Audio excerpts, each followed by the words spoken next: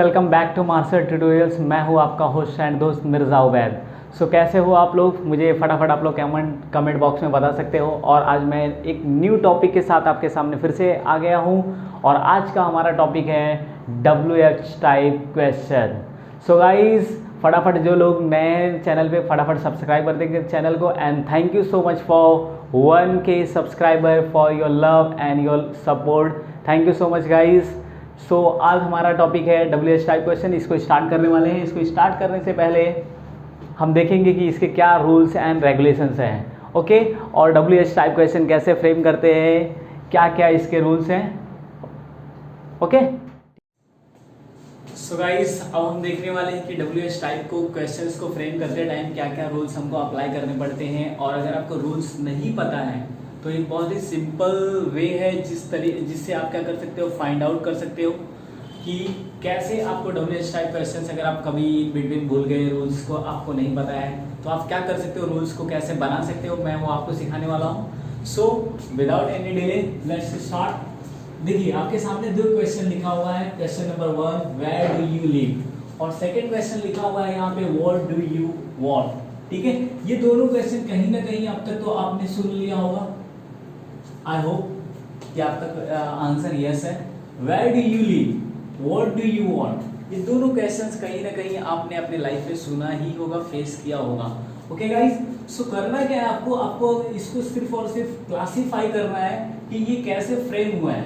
अगर आप इसको केयरफुली देख रहे हो तो ये है आपका WH वर्ड है। क्या है ये? WH word. WH वर्ड क्या होता है? When, why, who, whom, what, how many, how much, which। These are the WH word. और अगर आपको ये डू दिख रहा हो तो ये डू क्या है आपका? यहाँ पे हेल्पिंग वर्ब है। ओके, और ये क्या है आपका? सब्जेक्ट है और this is your main verb. ठीक है, इस तरीके से क्या किया गया है? WH टाइप क्वेश्चन फ्रेम किया गया है। WH word, helping verb, subject, main verb. ठीक है, अगर आप सेकेंड क्वेश्चन को भी ध्यान से देखोगे तो यहाँ पे क्या दिया हुआ है कि ये है आपका WH वर्ड है। ठीक है, अगेन ये आपका क्या है? हेल्पिंग वर्ब है। ओके, और फिर उसके बाद ये आपका क्या है? सब्जेक्ट है, और फिर ये अगेन आपका क्या आ गया? Main verb. आपको एक पैटर्न दिख रहा होगा। अगर आपको रूल्स नहीं आता तो आप क्या करो? पैटर्न फॉलो करो, ये क्वेश्चंस याद रखो और रूल्स अपने आप बन जाएगा। ठीक है, रूल्स क्या बने कि सबसे पहले आपको क्या लिखना होता है WH टाइप क्वेश्चन फ्रेम करते टाइम? सबसे पहले आपको लिखना होगा WH word. Okay guys, then followed by helping verb. अगर आपको हेल्पिंग वर्ब नहीं पता है तो मेरे इसके पहले वाले वीडियो आप देख सकते हो। ओके, उसमें मैंने बहुत डिटेल में एक्सप्लेन किया है कि हेल्पिंग वर्ब क्या होता है, मेन वर्ब क्या होता है, सब्जेक्ट क्या होता है। Okay, WH word, helping verb, फिर उसके बाद आपको क्या दिया हुआ है? सब्जेक्ट। सब्जेक्ट के बाद आपको क्या दिया हुआ है? Main verb. मेन वर्ब के बाद अगर आपको कुछ नहीं दिया हुआ है, अगर इन केस कोई अदर सेंटेंस रहा तो उसमें आपको ऑब्जेक्ट दिया रहेगा। ठीक है, और ऑब्जेक्ट के साथ में आपको दिया रहेगा अदर ऑब्जेक्ट। ठीक है, अदर ऑब्जेक्ट। एंड सबसे important part WH type question frame करते टाइम सबसे इंपॉर्टेंट बात यह है कि आपको क्वेश्चन मार्क भूलना नहीं है। अगर आपको बोर्ड एग्जाम में आता है या कहीं भी किसी भी एग्जाम में आता है तो बहुत सारे लोग क्या करते हैं? क्वेश्चंस एज इट इज लिख देते हैं, बट क्वेश्चन मार्क क्या हो जाते हैं? भूल जाते हैं। और अगर क्वेश्चन मार्क अब भूल गए तो आपके मार्क्स क्या हो जाएंगे? अगेन 0 हो जाएंगे। ठीक है, ये बहुत बेसिक वे था कि कैसे आपको क्या करना है? रूल्स को बनाना है। ठीक है, इतना आप नोट डाउन कर लीजिए। उसके बाद मैं क्वेश्चंस दूंगा और हम उसके बाद क्या करेंगे? टैकल करेंगे कि कैसे बाकी अदर क्वेश्चंस को हैंडल करना है। ओके, गाइस अभी आपने देखा कि कैसे WH टाइप क्वेश्चंस का रूल बनाते हैं। ठीक है, इसके पहले और WH टाइप क्वेश्चंस का रूल क्या है? WH word, helping verb compulsory है, subject, main verb, object, other object and finally question mark. ये बहुत ही बेसिक क्या है? WH टाइप क्वेश्चन फ्रेम करने का रूल है। और सबसे इंपॉर्टेंट पार्ट है helping verb. Helping verb compulsory है हर एक WH टाइप वर्ड के लिए, WH टाइप क्वेश्चन के लिए। सिर्फ और सिर्फ एक जगह पे एक्सेप्शन है, वो मैं बताऊंगा, उसके लिए आपको वीडियो एंड तक देखना पड़ेगा। ओके गाइस, सो वो एक्सेप्शन कब कहाँ पे है कि कौन सा ऐसा पार्ट है जहां पे हेल्पिंग वर्ब विदाउट यूज किए हुए क्या हो जाएगा, क्वेश्चन फ्रेम हो जाएगा। सो वीडियो एंड तक देखिएगा, don't skip the video guys, बहुत अच्छे से देखिएगा, ठीक है। सो यहाँ पे बहुत सारे स्टूडेंट ऐसे हैं कि जिनको कंफ्यूजन होती है कि कौन सा क्वेश्चन, कौन सा WH वर्ड कहाँ पे कब यूज करना है। ओके, सो वो कंफ्यूजन क्लियर करने के लिए मैंने क्या कर दिया, लिस्ट बना दी कि WH वर्ड बना दिए और उनके फंक्शंस क्या है या फिर कब कहाँ पे यूज होते हैं। Okay, so one by one हम डिस्कस करेंगे। सबसे पहले दिया हुआ है सबसे इंपॉर्टेंट सब्जेक्ट, व्हाट दिया हुआ है। व्हाट कब यूज होता है, जब आपको कोई स्पेसिफिक थिंग हो, वस्तु हो या फिर कोई ऑब्जेक्ट, ऑब्जेक्ट मतलब अगेन वस्तु हो, ठीक है। सो व्हाट आपको यूज करना है स्पेसिफिक थिंग के लिए, ऑब्जेक्ट के लिए। फिर इसके बाद आपका व्हाट फॉर है, तो कभी कभी रीजन दे देता है, तो आप जरूरी नहीं कि वहां पे वाई यूज करो, ठीक है। रीजंस के लिए मोस्टली क्या यूज करते हैं स्टूडेंट्स, वाई यूज करते हैं, बट कभी कभी ऐसा सिचुएशन आता है जहां पे आपको व्हाट फॉर यूज करना पड़ता है ऑन किसकी जगह पे, रीजन अगर आपको दिया हो, अंडरलाइन किया हो। सो ये सब कब कब करना है, जब आपको टॉपिक अंडरलाइन हो, ठीक है, व्हेन आपको। सो गाइस, अभी आपने देखा कि कब आप वाई हु ये सब यूज करते हैं। आगे की कुछ फंक्शंस ऐसे बचे हुए थे जो मैंने यहाँ पे लिख दिया है। वाई यूज करना है आपको रीजन के लिए, वाई डोंट सजेशन, कभी कभी आपको सजेशंस दिया होता है तो आप कंफ्यूज हो जाते हैं कि क्या यूज करना है। सो वाई डोंट यूज करना है किसके लिए, सजेशंस के लिए। हाउ, हाउ मतलब वे, मैनर, फॉर्म, ये इन तीनों के लिए, तीनों में से किसी एक के लिए आप क्या यूज कर सकते हो, हाउ यूज कर सकते हो। यहाँ पे फिर हाउ फार डिस्टेंस के लिए, हाउ लॉन्ग लेंथ के लिए है, और हाउ मेनी है आपका क्वांटिटी, दैट इज काउंटेबल होनी चाहिए, तो उसके लिए क्या यूज करना है आपको, हाउ मेनी यूज करना है, ठीक है। और हाउ मच यूज करना है आपको अनकाउंटेबल क्वांटिटी के लिए, और हाउ ओल्ड यूज करना है आपको एज के लिए, ठीक है। सो ये था WH वर्ड और उनके फंक्शंस। अब हर एक फंक्शंस को हम इंडिविजुअली क्या करेंगे, एज ए एग्जांपल लेके देखेंगे कि कब कैसे कहाँ यूज करना है। ओके, ठीक है, चलिए। सो इसको फटाफट आप लोग क्या करिए, स्क्रीनशॉट ले लीजिए या फिर नोट डाउन कर लीजिए आपकी बुक में। ओके, ठीक है।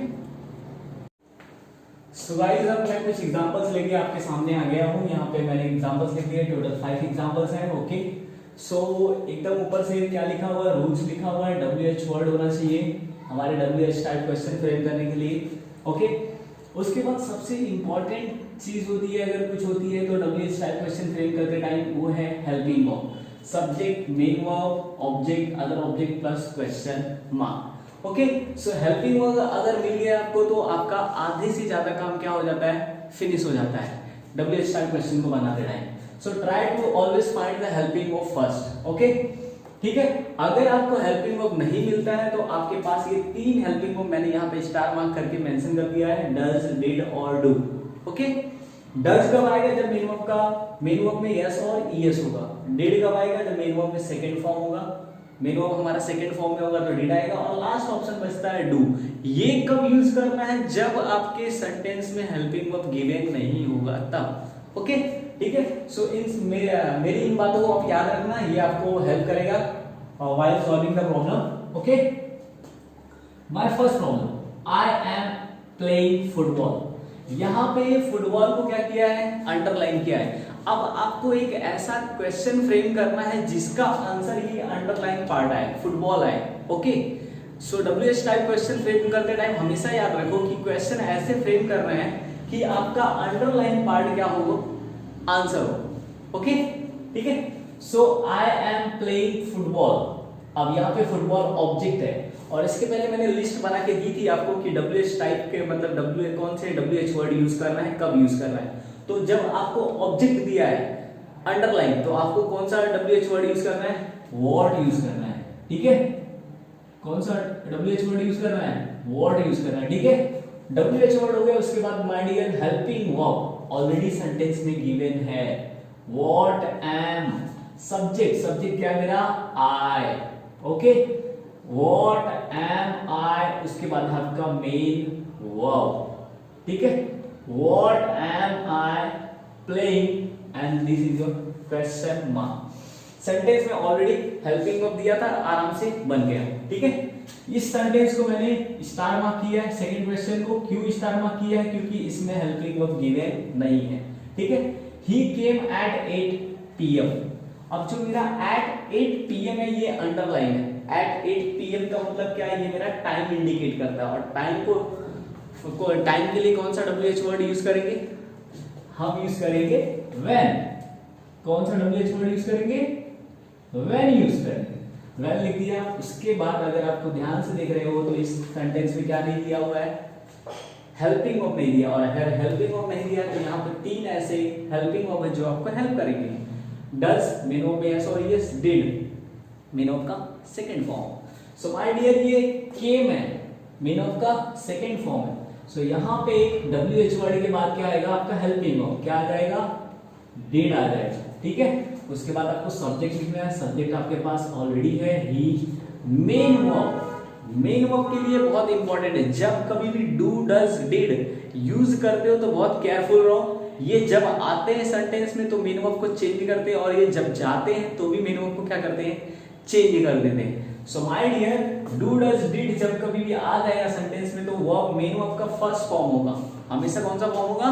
मेन वर्ब का first form. So when did he come हो जाएगा। ठीक है, केम की जगह पे क्या हो जाएगा? वो कम हो जाएगा। When did he come. Okay, and finally question mark. ठीक है, WH वर्ड हो गया, हेल्पिंग वर्ब हो गया, सब्जेक्ट हो गया, मेन वर्ब हो गया और क्वेश्चन मार्क हो गया। Rohan was going to market. अब टू मार्केट अंडरलाइन किया है। यहाँ पे क्या अंडरलाइन किया है? To market. टू मार्केट क्या इंडिकेट कर रहा है? प्लेस। और प्लेस के लिए हमें कौन सा WH वर्ड यूज करना है? वेयर। करेक्ट है आप लोग। ठीक है, सो यहाँ पे मैंने लिख दिया वेयर। ऑलरेडी सेंटेंस में हेल्पिंग वर्ब गिवन है।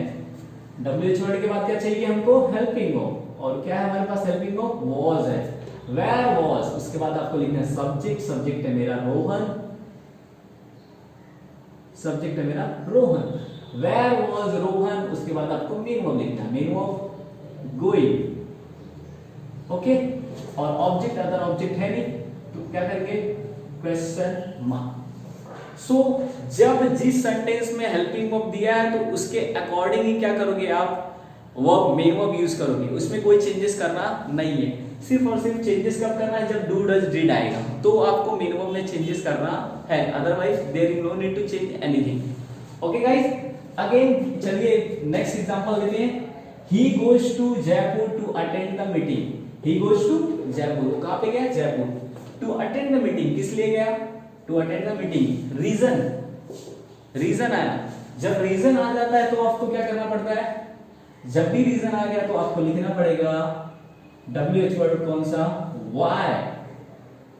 वाई लिखना पड़ेगा। अगेन इसको स्टार मार्क मैंने इसलिए किया क्योंकि इसमें भी अगर आप फोकस करोगे तो हेल्पिंग वर्ब गिवन नहीं है।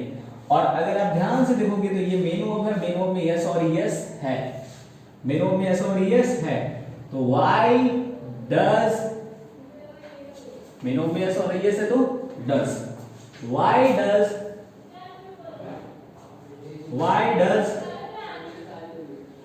he, why does he, फिर इसके बाद main verb, he go to Jaipur question mark. ठीक है, why does he go to? Main verb नहीं दिया हुआ, मेन वर्ब दिया हुआ था, हेल्पिंग वर्ब नहीं गिवन था, मैंने डज लिख दिया क्योंकि इसमें यस और यस था। ओके, इसके बाद सब्जेक्ट लिखा और उसके अकॉर्डिंग जैसे ही डज आया तो मेन वर्ब मेरा फर्स्ट फॉर्म में आएगा। उसमें से यस और यस जो भी था उसको क्या कर दिया? रिमूव कर दिया। ठीक है, क्या कर दिया? रिमूव कर दिया क्योंकि डू डज डिड के साथ में मेन वर्ब का कौन सा फॉर्म होता है? फर्स्ट फॉर्म होता है। और यही सबसे इंपॉर्टेंट पार्ट है आपको बोर्ड एग्जाम में। मोस्ट ऑफ टाइम यही वाला पूछा जाता है, डू डज डिड वाला। और मोस्ट ऑफ टाइम स्टूडेंट्स क्या करते हैं? वर्ब को एज इट इज रख देते हैं, गोज को गोज ही रहने देते हैं, गो नहीं करते, केम को कम नहीं करते। वो सब सही लिखते हैं बट केम को कम लिखना है, गोज को गो लिखना है, ये क्या करते हैं? भूल जाते हैं। ठीक है, सो आप अच्छे से प्रॉपर्ली नोट डाउन कर लेना। अब देखते हैं हम लोग finally last question. Ramu killed the lion. Subject person है। ये जो मेरा रामू है इसको, ये मेरा सब्जेक्ट है और ये क्या है? पर्सन है। तो अगर सब्जेक्ट पर्सन को अंडरलाइन किया है तो उसके लिए मेरा WH वर्ड क्या आएगा, हु आएगा, ठीक है। उसके बाद इसमें भी अगेन आपके क्वेश्चन में क्या नहीं दिया हुआ है, हेल्पिंग वर्ब गिवन नहीं है, हेल्पिंग वर्ब नहीं गिवन है, तो किल लिखा हुआ है, मीन ऑफ का सेकंड फॉर्म है, तो कौन सा आ जाएगा, हेल्पिंग वर्ब डिड आ जाएगा। Who did kill the lion, who लिखा, हेल्पिंग वर्ब लिखा, मेन वर्ब लिखा, क्योंकि सब्जेक्ट ऑलरेडी अंडरलाइन था, WH word helping verb subject underline था, मेन वर्ब लिख दिया। किल द, फिर उसके बाद ऑब्जेक्ट, ये मेरा ऑब्जेक्ट था, तो द लायन, फिर उसके बाद फाइनली क्वेश्चन मार्क। इसको इस तरीके से भी लिख सकते हैं आप। एक दूसरा वे है, जब कभी भी, मैंने आपको बीच में बताया था कि एक ऐसा क्वेश्चन, एक ऐसा एक्सेप्शन है जिसके साथ में अगर हेल्पिंग वर्ब दिया हुआ है सेंटेंस में तो यूज करना, अगर नहीं दिया है तो मत यूज करना। वो कौन सा WH वर्ड है, वो है मेरा हु। हु एक लौता, एक ऐसा WH वर्ड है जिसके साथ में अगर आपके सेंटेंस में हेल्पिंग वर्ब दिया है तो लिखना है, नहीं दिया है तो नहीं लिखना है। बाकी जितने भी WH वर्ड है, सबके साथ में हेल्पिंग वर्ब कंपलसरी है while framing WH type question. याद रखना मेरी इस बात को, ठीक है। सो इसका आंसर आप डायरेक्टली भी लिख सकते थे, क्या कर सकते थे, हु किल्ड द लायन। और इस तरीके से हमने क्या कर दिया, कुछ एग्जांपल्स भी देख लिए WH टाइप क्वेश्चंस के। आई होप गाइस कि आपको अच्छे से समझ में आ रहेगा। अगर आपको समझ में आया तो don't forget to subscribe our channel और शेयर और लाइक करना तो भूलिएगा मत, ओके। अगर आपको कोई भी किसी भी तरह की कोई भी डाउट्स है तो आप मुझे कमेंट बॉक्स में पूछ सकते हो, ओके, ठीक है। Till then keep writing, keep signing and keep watching Marshal tutorials and have a great day. तब तक के लिए दुआ में याद रखिए। मिलते हैं छोटे से प्यारे से ब्रेक के बाद। Thank you so much for watching.